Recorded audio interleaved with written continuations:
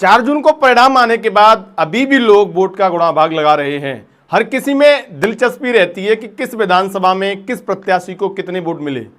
जब चुनाव का मुकाबला रोमांचक स्थिति पर खत्म होता है तो वोटर्स में हर छोटे बड़े पहलू को जानने की उत्सुकता रहती है। यूं तो फतेहपुर सीकरी लोकसभा में भाजपा प्रत्याशी राजकुमार चाह ने जीत दर्ज की है।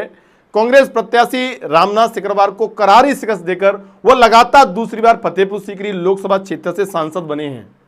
ऐसे में लोगों में यह जानने की बेहद ही दिलचस्पी है कि कौन सी विधानसभा ने राजकुमार चाहर का साथ दिया और कौन सी विधानसभा ने रामनाथ सिकरवार का।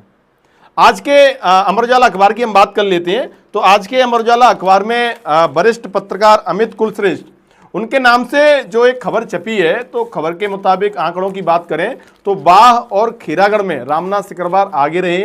बाकी की फतेहाबाद, फतेहपुर सीकरी और आगरा ग्रामीण विधानसभा में कांग्रेस प्रत्याशी रामनाथ सिकरवार को शिकस्त मिली है, यानी यहाँ पे जो राजकुमार चाहर है उन्होंने लीड ली है, तो वो उनकी जीत का कारण भी बना है।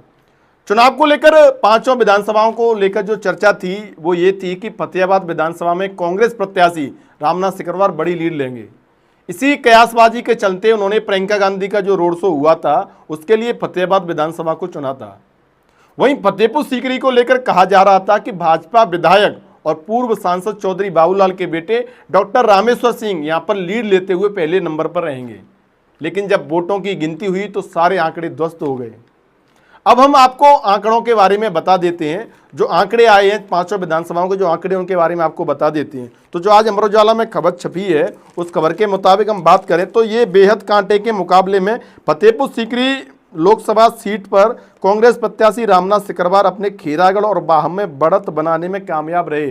जी हां दोस्तों, खीरागढ़ के मूल निवासी हैं रामनाथ सिंह सिकरवार, तो खीरागढ़ विधानसभा में उन्होंने बढ़त लीड बनाई है।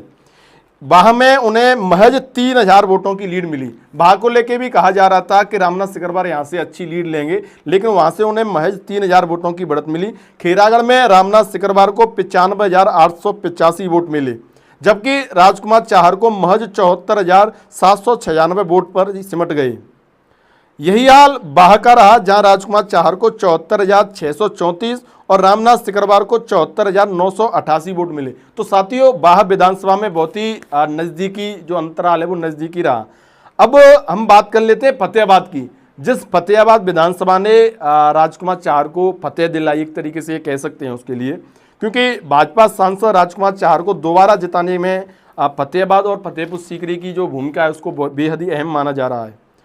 फतेहाबाद में चाहर को 28,000 वोटों की बढ़त मिली, उन्हें यहाँ 1,38,000 वोट मिले। तो कांग्रेस के रामनाथ सिकरवार केवल 72,551 वोट ही पा सके।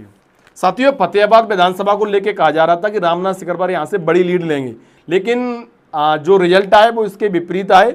लीड जो ली वो राजकुमार चाहर ने ली। अब हम बात कर लेते हैं आगरा ग्रामीण विधानसभा की। आगरा ग्रामीण में राजकुमार चाहर को 1,10,000 वोट मिले और सिकरवार को मात्र 91,000 वोट मिले। वहीं फतेहाबाद, सीकरी और आगरा ग्रामीण में मिली बढ़त के बूते पे ही राजकुमार चाहर दोबारा जीत सके। तो साथियों, ये था विधानसभा, जो पांचों विधानसभा हैं उन पांचों विधानसभाओं का जो रिजल्ट आया है, तो इस रिजल्ट के आंकड़े हैं। तो इन आंकड़ों के आधार पर आपको क्या लगता है, राजकुमार चाहर को ये जो शिकस्त मिली बाह विधानसभा से खीरागढ़ विधानसभा के, उसके पीछे की वजह तो आप लोगों को पता ही है, लेकिन जो सबसे जो चौंकाने वाली बात है वो फतेहाबाद और फतेहपुर सीकरी विधानसभा को लेकर है। फतेहपुर सीकरी विधानसभा में कहा जा रहा था कि जो रामेश्वर चौधरी हैं, जो चौधरी बाबूलाल के सुपुत्र हैं, वो बड़ी लीड लेंगे, वो नंबर 1 पे रहेंगे। दूसरे नंबर पे राजकुमार चाहर और बसपा प्रत्याशी, उसको लेके बात हो रही थी, दोनों में से कोई भी हो सकता है। रामनिवास शर्मा को लेके बात हो रही थी, लेकिन जो आंकड़े आए वो बेहद ही चौंकाने वाले हैं। शायद यही चौंकाने वाले आंकड़े राजकुमार चाहर की जीत का कारण बने हैं। तो साथियों, फतेहपुर सीकरी लोकसभा को लेकर आए जो नतीजे, नतीजों को लेकर आपका क्या कहना है, एक बार अपनी राय हमें कमेंट करके जरूर बताएं। धन्यवाद।